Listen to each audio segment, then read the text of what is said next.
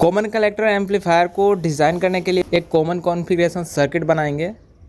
Common collector configuration करना है तो कलेक्टर टर्मिनल जो है उसको ग्राउंड कर देंगे एंड ट्रांजिस्टर को एक्टिवेट करने के लिए इनपुट साइड को फॉरवर्ड बायस में कनेक्ट करेंगे एंड जो आउटपुट साइड है उसको रिवर्स बायस में कनेक्ट करेंगे।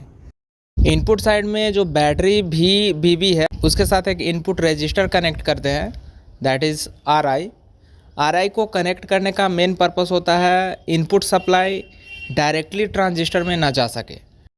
रजिस्टर इनपुट सप्लाई को लिमिट करता है, अदरवाइज हाई करंट के कारण जो ट्रांजिस्टर है वो डैमेज हो सकता है। उसी तरह आउटपुट साइड को रिवर्स बायस में कनेक्ट करेंगे, पी टाइप को बैटरी के निगेटिव से एंड एन टाइप को बैटरी के पॉजिटिव से कनेक्ट करेंगे। एंड आउटपुट साइड में भी एक आउटपुट रजिस्टर आर नोट को कनेक्ट करते हैं, जो लोड कनेक्ट होगा उसके रेजिस्टेंस के बराबर होगा। इनपुट वोल्टेज वी के कारण इनपुट करंट आई बी इस डायरेक्शन में फ्लो करती है। यहाँ पर collector current I C flow करेगी and I B plus I C मिलकर आई करंट बनाएगी जो कि इस डायरेक्शन में फ्लो करेगी। यहाँ पर बेस एंड कलेक्टर के बीच का जो पोटेंशियल है उसको VCB बोलेंगे। उसी तरह इमीटर एंड कलेक्टर के बीच के पोटेंशियल को VCE बोलेंगे।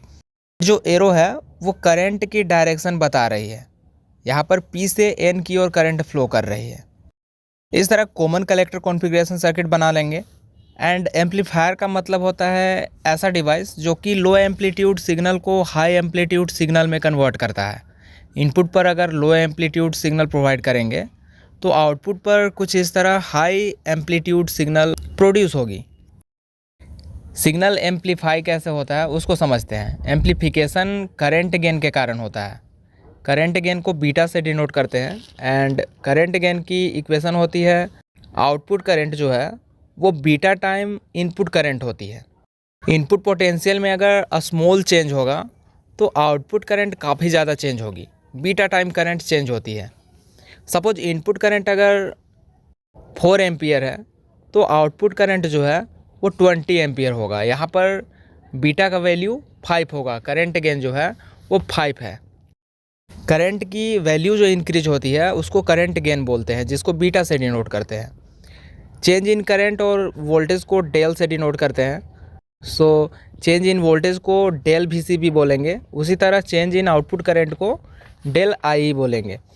सो इनपुट पर 2 एम्पियर है एंड स्मॉल चेंज के कारण आउटपुट पर 20 एम्पियर मिल रहा है, मतलब करंट की जो वैल्यू है वो एम्पलीफाई हो रही है।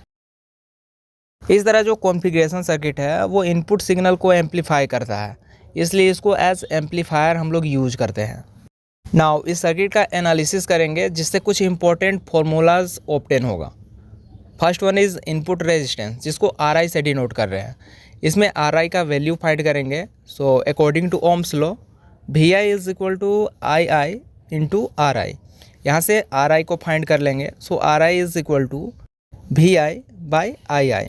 इनपुट वोल्टेज का वैल्यू क्या है, del VCB, and input current की जो वैल्यू है वो है डेल IB। उसको यहाँ पे हम लोग पुट कर लेंगे। Then RI is equal to del VCB by del IB। इस तरह एक इक्वेशन मिल जाएगा। इस तरह RI का फॉर्मूला मिल जाएगा। नेक्स्ट है output resistance R naught. R naught is equal to output voltage by output current. Output voltage क्या है, del VC, and output current क्या है, डेल IE। नेक्स्ट है current gain. Current gain IE is equal to beta times IB, मतलब जो output current है वो beta times input current होता है। बीटा को अगर सब्जेक्ट बनाएंगे then beta is equal to IE by IB। Output current क्या है, del IE, and input current क्या है, डेल IB। नेक्स्ट है वोल्टेज गेन। जिस तरह करंट गेन होती है उसी तरह वोल्टेज गेन होता है। वोल्टेज गेन को ए सफिक्स V से डिनोट करते हैं। So AV is equal to V naught by VI, मतलब output voltage by input voltage. Current gain के केस में output current by input current होता था, उसी तरह वोल्टेज गेन के केस में output voltage by input voltage होगा। Since V is equal to IR होता है, सो V को अगर IR के टर्म में लिखेंगे तो AV is equal to I naught R naught upon II into RI लिखेंगे। आउटपुट करंट क्या है, del IE, and output resistance को हम लोग RL लिखेंगे अपॉन इनपुट करंट क्या है, डेल IB। उसी तरह इनपुट रेजिस्टेंस है आर आई। यहाँ पर del I and del I B को हम लोग अगर बीटा सपोज कर लेंगे तो बोल सकते हैं A V is equal to beta times R L by R I. इस तरह वोल्टेज गेन का फॉर्मूला मिल जाएगा। नेक्स्ट है ट्रांस कंडक्टेंस, जिसको जीएम से डिनोट करते हैं। ट्रांस कंडक्टेंस जो है वो रेजिस्टेंस का रेसिप्रोकल होता है, मतलब रेजिस्टेंस का ओपोजिट होता है, ठीक उल्टा। Since R is equal to V upon I, तो जो ट्रांस कंडक्टेंस है वो हो जाएगा आई अपॉन भी, क्योंकि रेजिस्टेंस का रेसिप्रोकल है। So G M is equal to output current by input voltage. ऐसा क्यों लिख रहे हैं? क्योंकि इनपुट पर अगर हम लोग थोड़ा सा वोल्टेज चेंज कर रहे हैं तो आउटपुट पर करंट काफ़ी ज़्यादा चेंज हो रही है। इसमें जब दोनों साइड डेल्टा आई बी से डिवाइड करेंगे तो कुछ इस तरह मिलेगा, G M is equal to del I by del I B upon del V C B upon del I B. यहाँ पर del I upon del I B को हम लोग बीटा से रिप्लेस करेंगे and del V C B by del I B को हम लोग आर आई बोलेंगे एंड ट्रांस कंडक्टेंस का फॉर्मूला मिल जाएगा G M is equal to beta by R I. Related कुछ इंपॉर्टेंट पॉइंट्स को देख लेते हैं, लाइक व्हाट इज ट्रांजिस्टर।